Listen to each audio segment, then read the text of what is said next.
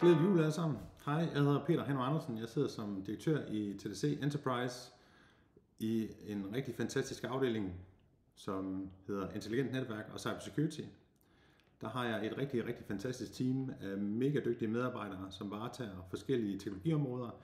Alle har en basisviden omkring infrastruktur og netværk og cybersecurity til at rådgive jer og inspirere jer igennem tiden, hvor I handler igennem TDC.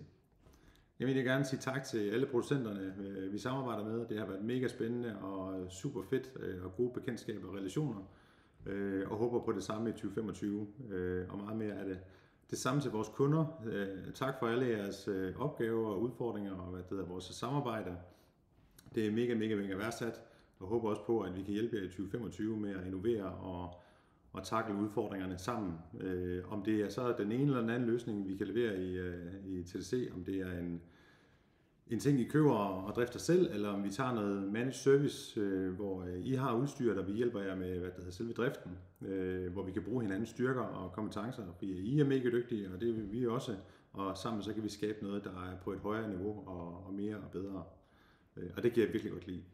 Det kan også være en fuld NAS, Network as a Service løsning, hvor TDC simpelthen bare tager det hele fra A til Z, og I læner jer tilbage og kan fokusere på andre områder for at innovere jeres forretning, men så bliver vi en del af jeres IT-team, og det kan vi også rigtig godt lide.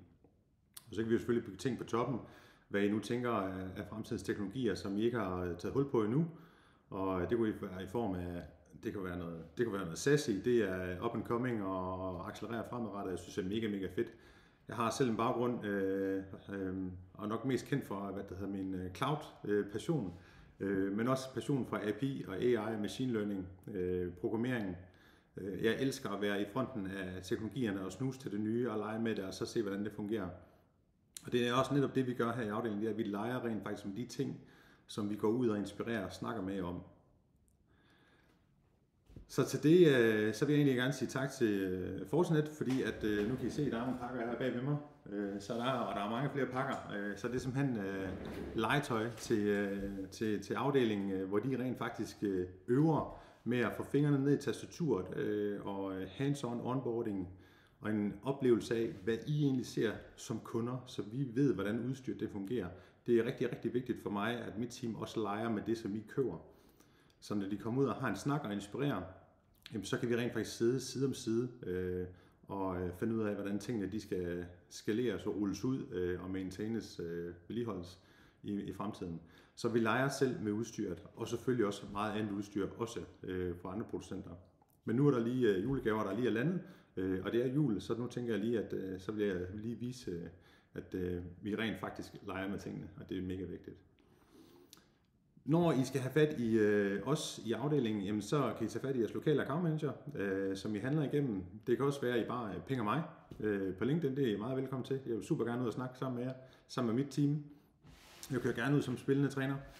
Så det holder jo også mig skarp ved at være i felten, og det kan jeg vildt godt lide. At se, hvad egentlig rører sig med jer og projekter, og hvordan det flytter sig med teknologi i forhold til den teknologi, jeg holder styr på i hverdagen. Inden for finanssektoren, så er en rigtig dygtig gut, der hedder Thomas Poulsen, som I vil få at se. Inden for wireless-projekter, der er der en rigtig dygtig gut, der hedder Claus Danielsen, og han kan simpelthen bygge jeres virksomheder i 3D-renderede tegninger i forhold til, hvordan jeres wireless-installation kommer til at se ud. Så I egentlig ikke skal have den her wireless-doktorgrad om, hvordan fungerer wireless egentlig, for vi kan ikke rigtig se det. Vi kan jo ikke rigtig fornemme det, men vores devices skal se og høre det, for det er de jo selvfølgelig bygget til. Men Claus han kan visualisere det for jer, så I nemt kan forstå, hvad er det for en wireless deployment, I rent faktisk kører ind i stabilitet for at operere i jeres drift i et eller andet givet område. Det kan være produktion, det kan også være kulturmiljø, det kan være mange forskellige slags.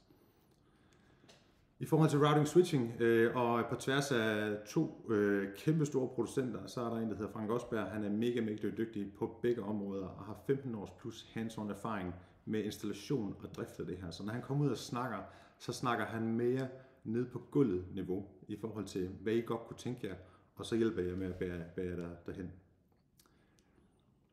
Inden for API, smart kamera, sensorer, hvordan de arbejder sammen med de her API-platforme, som jeg også har været en del af igennem mange år og har skabt meget netværk, Der kan man rent faktisk bygge bilplatformen på toppen af de her produkter, de her smartkameraer, i forhold til kundeflow i butikker, se hvordan kunderne opfører sig i forhold til, hvordan de køber, hvad køber de mest af, hvad de ikke så er interesseret i, hvordan de optimerer jeres butikker, hvordan de skal kortlægges i forhold til, hvordan vi egentlig shopper som individer.